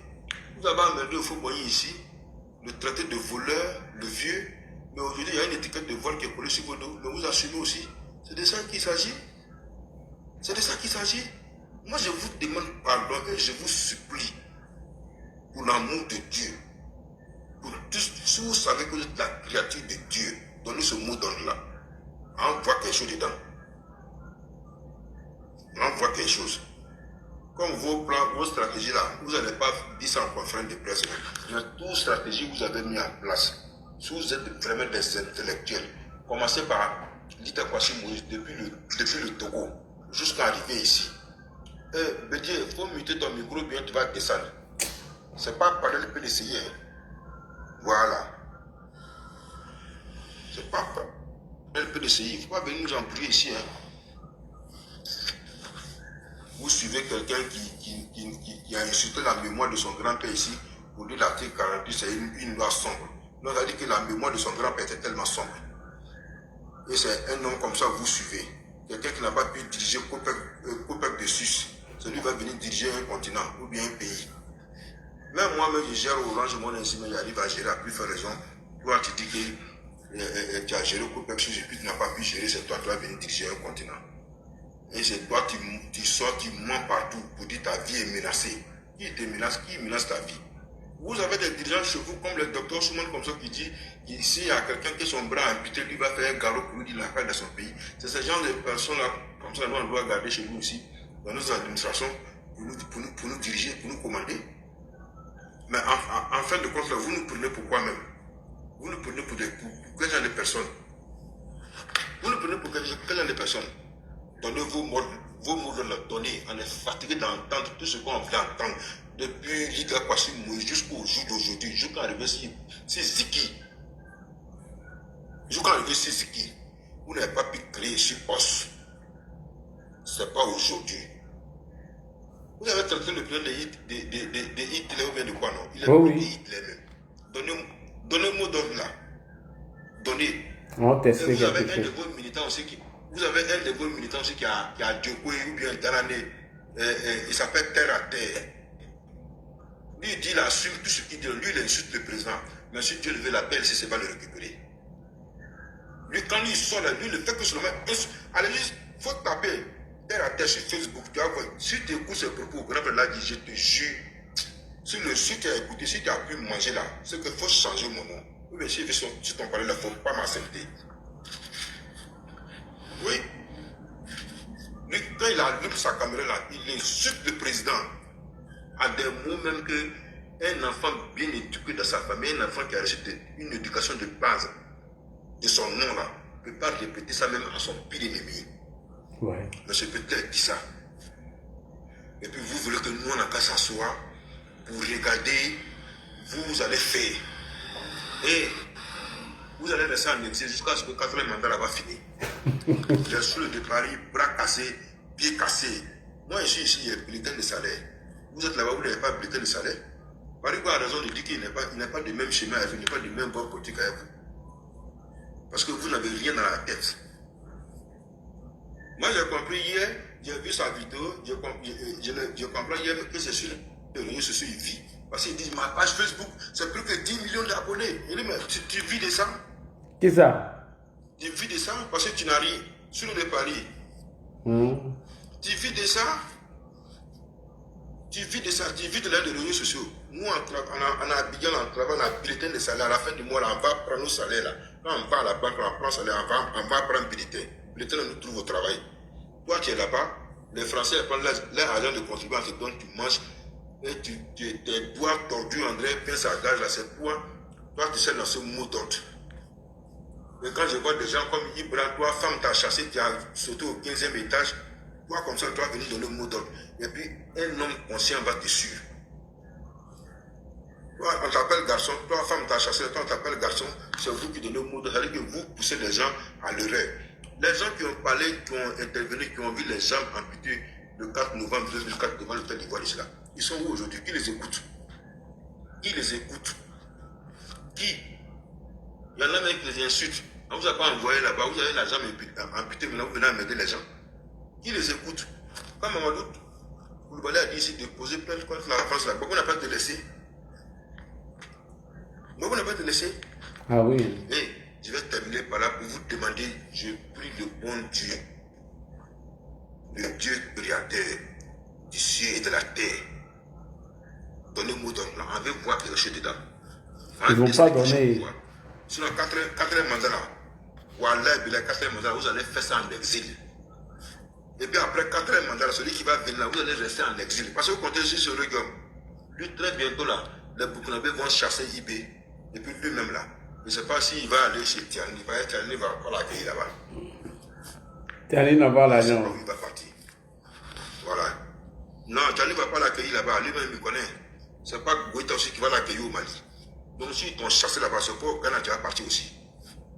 Parce que là-bas, là, c'est les anglophones. Vous emmerdez les gens maintenant en fin de compte là. Vous embrouillez trop le monde. Vous perturbez l'inquiétude des Ivoiriens.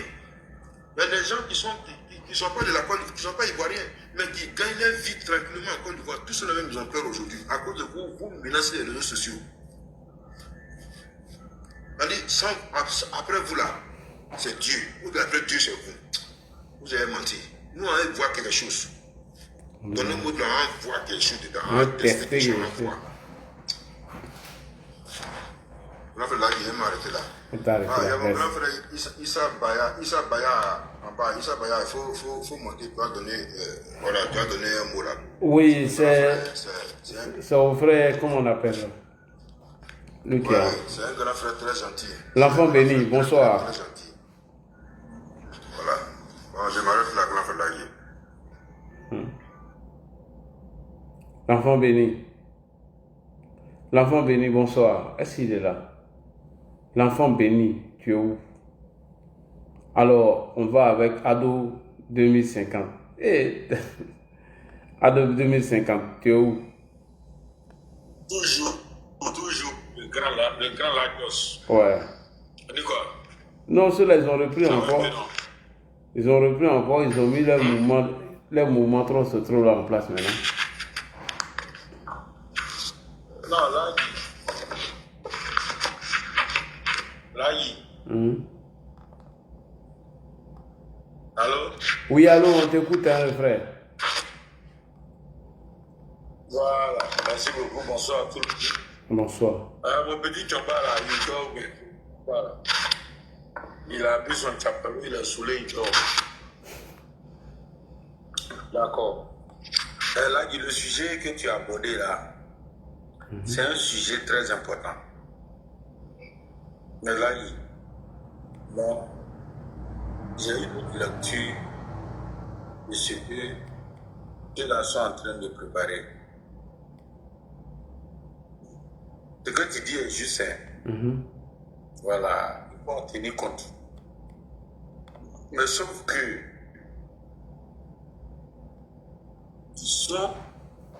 ils sont plus en train de comploter avec l'AES. Parce que le problème, c'est quoi? Les opposants, dans leur majorité, ils sont conscients d'une chose aujourd'hui. Vu le travail que le président Alassane Ouattara a battu en Côte d'Ivoire, vu les infrastructures, le bilan qui est là, qu'on peut toucher du doigt, pas plus tard qu'avant-hier, la semaine passée, à Beauville, il y a eu l'inauguration d'une route. La route que Gbagbo dit, les cailloux étaient tranchants et que lui, il a crevé 2 pneus là. Cette route-là a été inaugurée avant-hier, bitumée, propre. Ouais. Donc tout ça là, mis dans l'autre, ils savent que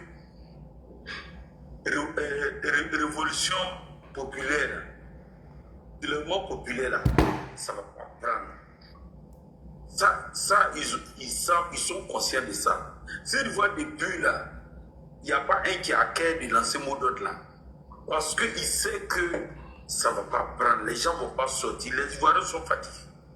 Les jeunes veulent vivre. Les jeunes veulent... Il faut du conseil. Il faut aller remplir là-bas. Il faut dire non, mais aller se faire créer une crise où ils peuvent trouver la mort dedans là.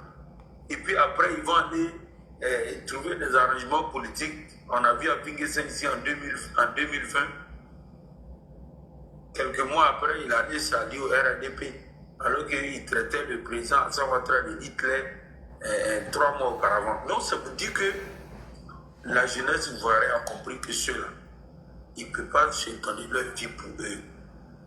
Dans leur dernier rempart, leur dernier catal, c'est sur l'AES qui compte. Voilà, c'est sur l'AES qui compte. Maintenant là, ils ont le dos au mur. L'AES va intervenir comment pour eux dans cette situation-là? Voilà. Donc où ils sont là, c'est-à-dire qu'ils sont en train de parler comme ça, mais en réalité là, leur plan est à l'eau. Ils ne savent pas comment gérer leur plan parce que les gens ne vont pas sortir, ça c'est de 1. Sinon, là, toi tu es sûr que si ceux-là, ils étaient convaincus que s'ils lancent mot d'ordre, les gens vont sortir là. Il y a longtemps ils ont fait. Qu'est-ce qu'on n'a pas entendu ici? Mais quand Dano Djedje vient s'asseoir pour nous dire Thiam n'est pas candidat, Gbagbo n'est pas candidat, et qu'ils vont aller aux élections là. Mais il dit quoi? Ils vont aller aux élections comment?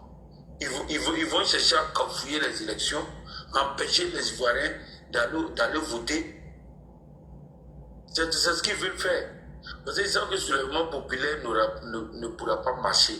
Donc ça veut dire qu'alimenter des petits foyers ou des jeunes gens, quelques groupuscules de personnes, un peu comme ils ont fait à Yopougon, ils sont allés casser un véhicule de police, brûler un bus. Voilà, c'est-à-dire que des groupuscules de personnes, ils vont leur donner un peu de coup de cou, un peu d'argent, et puis voilà, ils vont faire le sale boulot par derrière.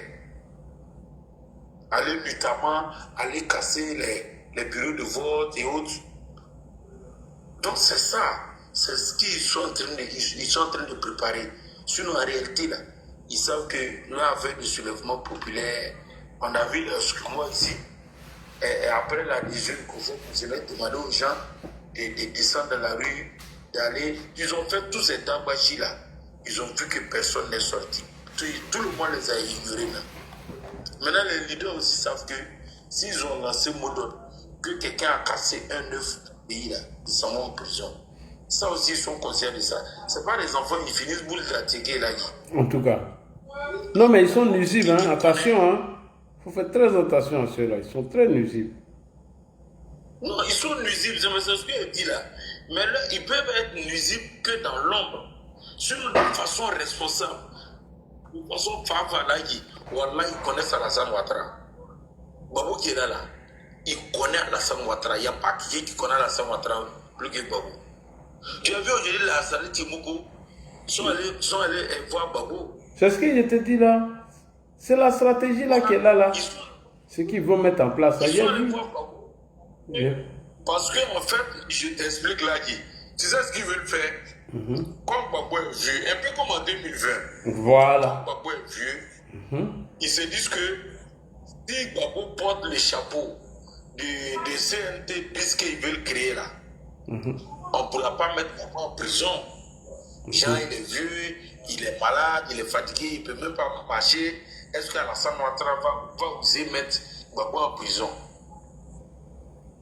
Donc, c'est pour ça qu'ils sont en train de tous se réunir autour de Babou. Sur la salle Tiboko là, Babou est rentré aujourd'hui. Vincent Tobi, Babou est rentré en Côte d'Ivoire depuis 2021. Aujourd'hui, ils savent qu'ils doivent aller saluer Babou. Quelqu'un qui est rentré en Côte d'Ivoire en 2021, aujourd'hui, vous partez lui dire bonne arrivée. Donc, nous, on les a à l'œil. Là, ce que moi je leur dis, et c'est par là que je vais chuter. J'ai dit aux opposants là tous les jours, j'ai dit, vous pouvez faire vos manifestations, vous pouvez faire vos meetings, vous pouvez faire vos marches. Si vous voulez, on vous donne l'autorité du Nord, vous marchez jusqu'à Korogo. Si vous êtes fatigué, vous vous reposez. Après, vous continuez. Faites ça 1 mois, 2 mois, il n'y a pas de problème. Mais la ligne rouge à ne pas franchir là, c'est prendre la direction du plateau du palais présidentiel que vous partez chasser Ouattara. Ah, ça, à ce jour-là, c'est pas affaire de police, c'est pas affaire de gendarmerie. On va se gérer au Kolo. Moi, je ne cache même pas ça même. Non. On va se gérer au Kolo. Pas avoir peur de ceux-là. Ils sont trop nuisibles. Non. On ne va pas s'asseoir. On ne va pas s'asseoir. Et puis ceux-là vont créer la génie dans ce pays-là. Là, 2020, là, ça nous a surpris. Parce qu'on ne sait pas qu'ils allaient aller à cet extrême-là. Mais 2025, là, moi je prends la route de mon village. Le patracien que je veux voir en train de couper un seul arbre. Non, il va aller 6 pieds sous terre. Ok. Non, ça. Il ne faut pas oser même. Cette année-là, on est tout là dit. C'est ce que moi je l'ai dit chaque fois là. Ce que vous voulez faire là, vous dites. Ce que vous voulez vous faire là. Oui, vous allez vous jeter dans la lagune, les poissons vont nous bouffer, tout ça on a compris. Vous au moins, vous nous dites ce que vous voulez nous faire. Mais malheureusement pour vous là, ce que nous aussi on a envie de vous faire là, ce que nous on s'apprête à vous faire là, est-ce que nous on vous dit ça? Ça est dans notre ventre. On a assis dessus et puis on vous regarde. Vous ne savez pas ce qui est dans notre cœur. Donc ne franchissez pas la ligne rouge. On vous dit ça, ce n'est pas des menaces. Hein. Le porte-parole du gouvernement Abs l'a dit, le ministre Abs l'a dit, ce n'est pas des menaces, c'est des conseils. Buvez de l'eau. il y a 4 candidats opposants face à Ouattara. Si vous ne voulez plus voir Ouattara au pouvoir, là, c'est le lieu de concentrer votre force sur ceux-là. Et puis, bon, allons aux élections. Sinon, en dehors des élections, tout ce que vous allez essayer, là, en tout cas, vous allez apprendre ça à vos dépens. Et ne venez pas pleurer, on ne pleure pas après. Voilà, si c'est sur Gbagbo, vous comptez. Gbagbo, comme il est vieux, il n'a qu'à lancer un mot d'ordre. Et puis bon, comme on ne peut pas le mettre en prison, Gbagbo, on le prend, le fou à la maca, et puis ça ne va pas gagner pas. Il n'y a pas chien, il n'y a pas chat. Cette année, il n'y a pas de sentiment. Le président Ouattara a dit, ne laissera aucune personne s'installer dans ce pays-là encore. Ça, c'est fini, ça. 2020, et il a été gentil avec tous les commanditaires de la désobéissance civile. Aujourd'hui, tous se pavardent, ils ont continué d'avoir des paroles guerrières telles que dans Fingué-Sala. Mais 2025, là, c'est tolérance zéro. Zéro tolérance. On ne va pas tolérer quelqu'un là dit. Nous, on est sur le terrain, on sait de quoi on parle. On est prêt, puis on est assis là. Voilà, s'ils ont essayé, voilà, ils ne vont pas croire. Ils ne vont pas croire. Eux, mais peut-être qu'ils ne vont plus jamais parler de politique dans ce monde-là. Voilà, ils vont aller faire éclairer. Ils vont quitter la politique. Parce qu'on va faire que la politique va les dégoûter. Ça va les dégoûter pour de bon. Parce que personne ne va sortir. Moi, nous, on va demander aux autorités, à partir de ce mois-là même là, ils vont laisser un politicien sortir du pays. Tous ceux qui sont politiciens, là, opposants, là, il ne faut pas qu'un va sortir du pays. Si ce n'est pas après l'élection, on ne laisse pas qu'un sortir. Voilà. Faut passer, ils vont sortir comme les Boga lâches là. Les Boga Sako se lâche, ce merbeux qui allait s'asseoir aux États-Unis et puis il commence à dire ces paroles guerrières là. Des gens qui se disent, oh, lui là même là, ça m'a pisé sur lui. Un homme comme ça là, lui là aussi la femme d'or derrière lui. Ce Boga Sako se lâche là. Il s'en s'assoit aux États-Unis pour piailler. Donc, il ne faut pas y voir laisser quelqu'un sortir. Voilà. Si ce n'est pas après l'élection, personne ne sort. Parce qu'ils vont sortir du pays et puis aller lancer leur mode de désobéissance civile là, hors du pays. Est-ce qu'ils veulent faire? Mais ça ne marchera pas cette fois-ci. Voilà. Nous veillons au grain. Là, faites-nous confiance. Nous sommes sur le terrain. Nous veillons au grain. Voilà. On va infiltrer leurs différentes réunions nocturnes. Ils font là, tout le WhatsApp là. On va tout faire pour tout infiltrer. Tout doit passer au scanner. On va tuer le cousin dans l'œuf. Voilà. C'est ce qui va se passer. Je ferme mon micro. Je veux donner la parole à Kiomba. Voilà. Kiomba est là même. Il est là. Il est sous l'eau. C'est ton esclave, non? C'est là. Vous mettez trop du temps. On a quand même 600 personnes sur le panel. Voilà, il faut aller à l'essentiel. Bonsoir. Bonsoir, Tomba. Ado 2030. Oui, c'est 2050. Bonsoir, Laji. Bonsoir, Tomba. Il va en 2050. D'accord, Ado 2050. D'accord. Alors, bonsoir, chers amis. Et merci, Laji, pour cette déconstruction, pour cette belle introduction pour nous rappeler, merci pour le rappel de 2020 et on a en préparation une CNT bis, voilà, avec à peu près les mêmes acteurs. Voilà, c'est ça qui est intéressant dans cette affaire, avec un peu les mêmes acteurs. Alors, quel mot d'ordre vont-ils donner cette année? On attend. Mais je trouve qu'ils ne sont pas courageux. Comme l'a dit à 2050. Et c'est les enfants, ils veulent l'utiliser. Ou bien celui qui l'a précédé, ils n'ont qu'à dire ce qu'ils vont faire. C'est ce que nous on attend. C'est ce qu'on attend. Alors franchement, celui qui me déçoit dans cette affaire, c'est ce politicien errant qui est Afin Guessan. Proprement humilié par le Gbagbo et ses inconditionnels et qui revient. Voilà. Et qui revient, il a du mal à tenir. Il a du mal à vivre sans son maître. Franchement. Alors, il est revenu pour se mettre au service de son chef. Voilà. On se demande si ce n'est pas agenouillé pour lui demander pardon. Alors, il revient parce que l'acte qu'il a posé en 2020, il n'a pas été jugé. Oui. Ils ont une part de responsabilité. C'est plus de 80 personnes qui ont disparu par leur mot d'ordre. Et il revient avec la même rengaine. Le président doit démissionner pour que lui soit candidat. Mais tu étais candidat en 2020. Mais pourquoi tu n'es pas allé? Ça ne t'intéresse pas? C'est pour ça qu'on ne t'a pas mis dedans. Parce que tu es un plaisantin. Voilà. On va à une élection avec des gens responsables. Ta candidature est validée en 2020. Non, tu dis celui qui est assis là, il doit quitter d'abord pour que tu aies chose. Mais les mêmes conditions sont là à Finguesson. Donc pourquoi on va mettre ton nom dedans encore? On a mis ton nom.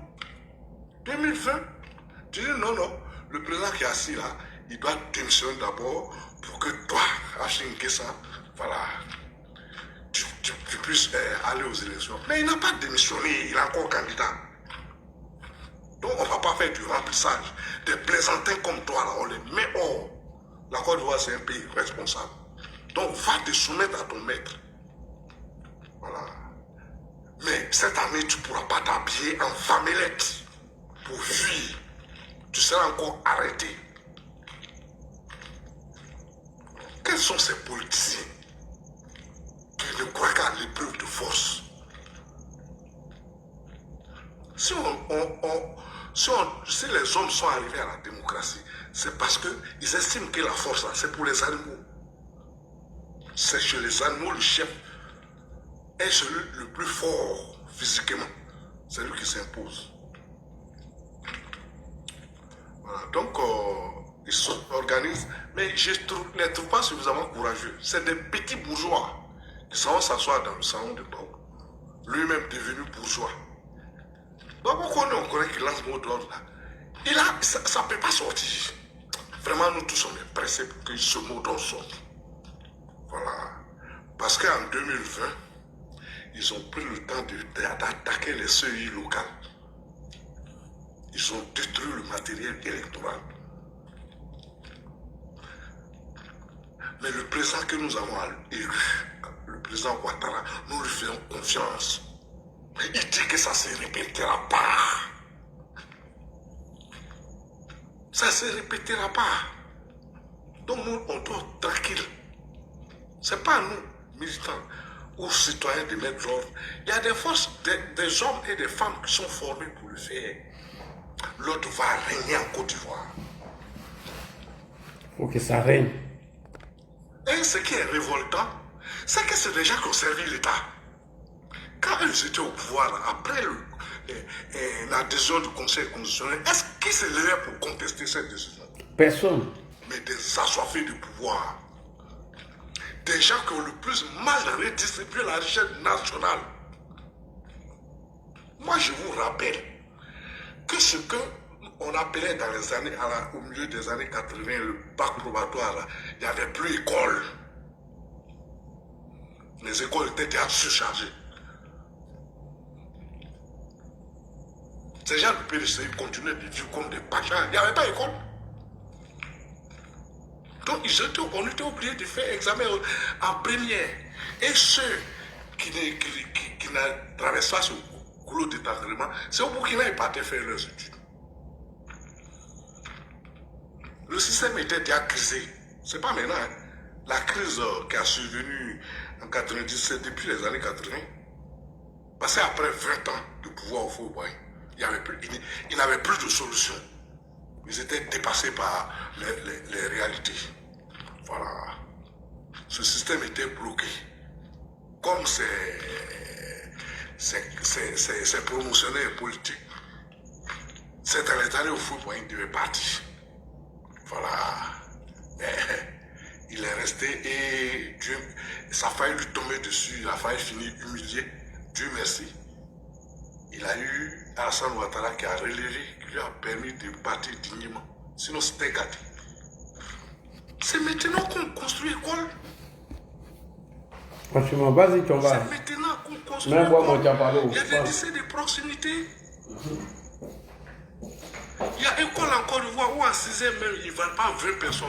Mais l'État affecte des agents pour les enseigner. C'est ce que les Ivoiriens, la réalité de Côte d'Ivoire, c'est ça. La réalité de la Côte d'Ivoire, c'est que les populations voient leur vie changer. La réalité de la Côte d'Ivoire, c'est que les populations, elles vont à l'hôpital et il y a une assurance. Ça, c'est nouveau. On n'a jamais vu ça en Côte d'Ivoire. C'est